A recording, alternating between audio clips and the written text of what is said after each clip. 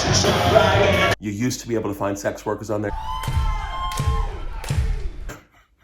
What's up? I'm Trevor Dion Nicholas, coming to you from my home studio. The best place for any story to start is usually the beginning, so that you know what's going on. This would be like the Netflix season 1 catch-up of Neighborhood Goliath for anybody who missed the steps up till now, or if you were even there and you just want to review. This will catch you up. So thanks for checking us out. Welcome to the neighborhood.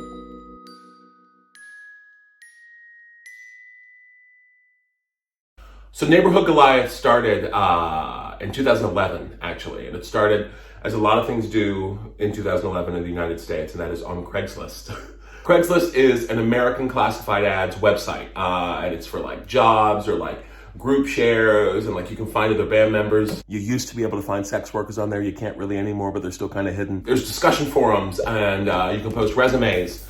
And on Craigslist, I met Mr. Jason Andrews because I had posted looking for band members, just trying to put something together. I've been like demoing stuff myself at home in Florida at that time, and it was difficult I could only get to a certain point on my own. And so I was at the point where I was like, okay, I need to find other people to share this vision and figure out exactly what it is together. So I started sending demos to Jason. He immediately sparks.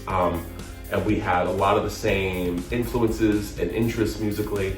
And so he ended up coming over to my apartment, and we had a little setup in my living room with just a keyboard, a Logic session, me on an acoustic electric guitar, I think, and then him with his bass. And we started with that. It was that simple. We initially called the band Modern Mutiny, which was our original name. We started pulling in different musicians in the Central Florida area, and initially we were still rehearsing in my living room. Frank Salinas was the first guitarist that joined us, and Frank and I had a couple of mutual friends. I got in touch with him, and he came in and was very willing to just like learn the stuff and go.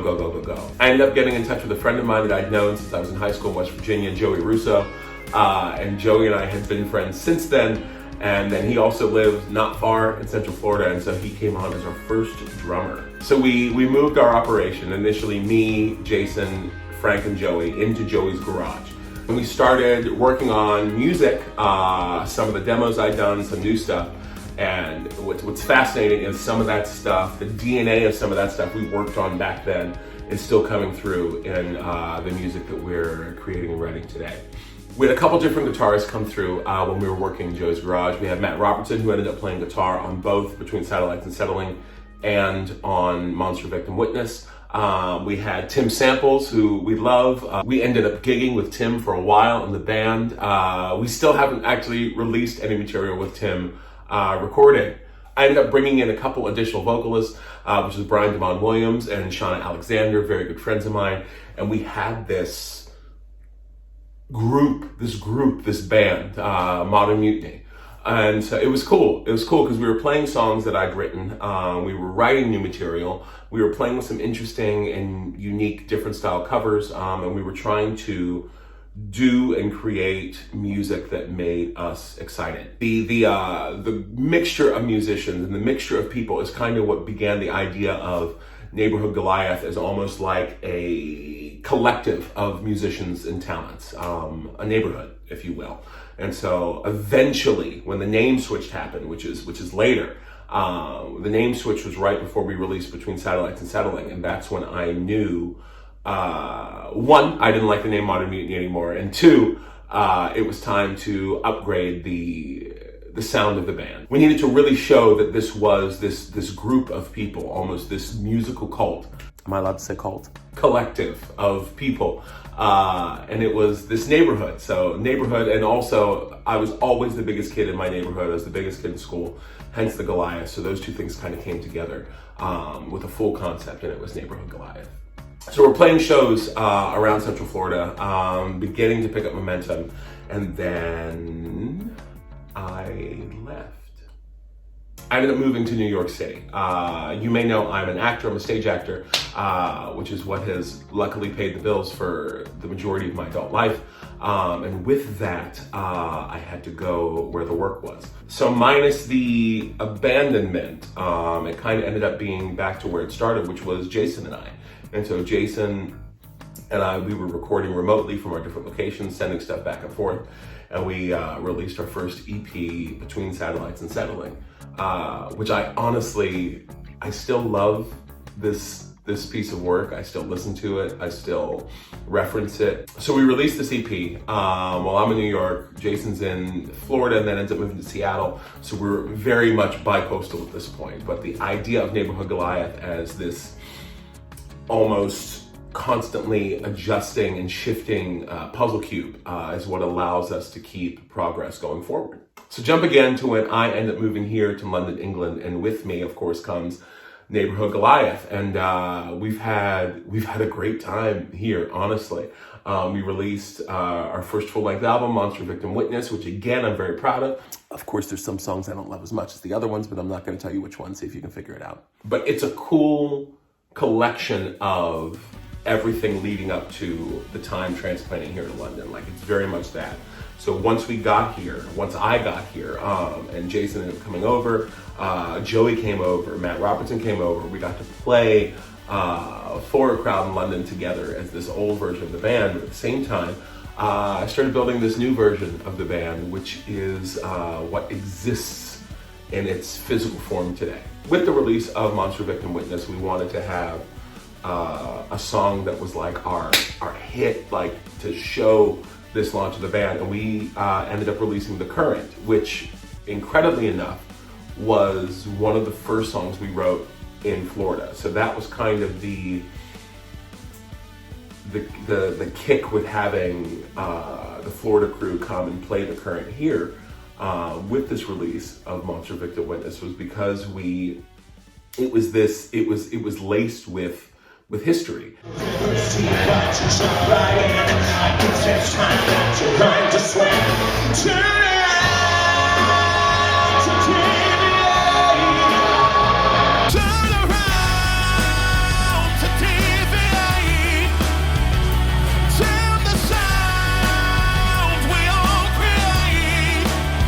We wanted to create something visual to go with it, and so we actually got to record our first music video with Nathan Amzai, who helped us film and edit it on a very shoestring budget, on a very limited amount of time. And I think we came out with something that ended up being pretty cool and pretty neat. And part of that was also trying to collaborate with other artists, even in the production. And I've tried to do that with each video. I've tried to collaborate with different artists to bring something unique to it. Different dancers or actors. And so with The Current specifically, we had V-Girl Tara, who was absolutely the dopest thing I've ever seen, dancing in this video, and she was unbelievable. She was such a pro to work with, especially for a kid. She was just remarkable. It was remarkable, and I feel like she really brought that whole production to life. We did another video for honestly one of my favorite songs on the album, Education. I had the wonderful Catherine Allison singing additional vocals on the majority of Monster Victim Witness anyway. And my dear friend Claire, who I went to college with, Clara Biznaz, was more than willing to provide this spoken word piece that goes with the song Education. And I think we again created something really cool. And with that video, we actually shot with B-Girl Tara again in London, and we filmed in New York City as well. So we filmed in these two locations and then kind of brought those together to create the video for Education.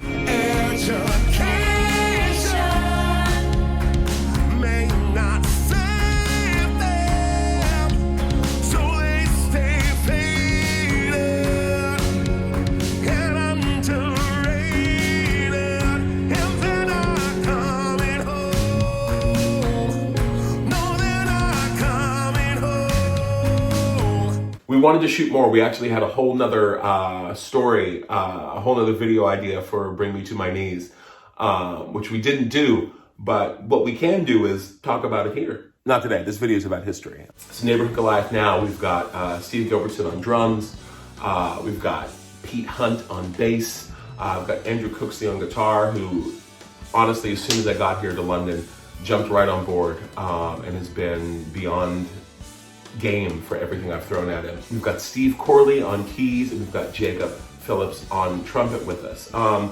And the trumpet is new, if you notice, because we've added a lot more to our sound.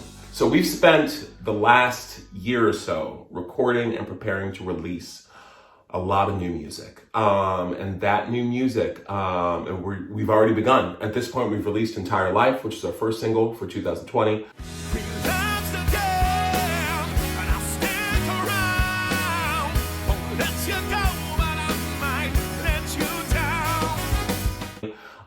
That was followed by Dark Stars, our second single for 2020.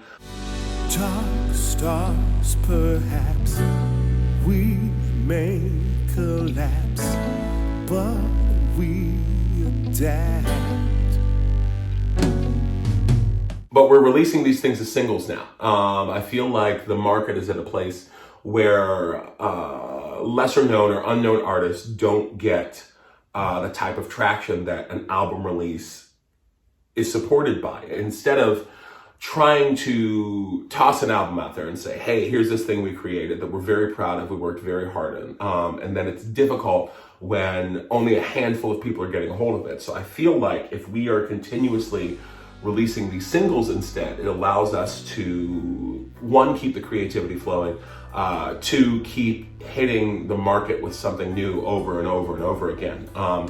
And three, find new, unique ways to express each particular piece of art, like to let it be its own thing, to live and breathe on its own, and to find different ways and different collaborations to express it and share what we want to share with you.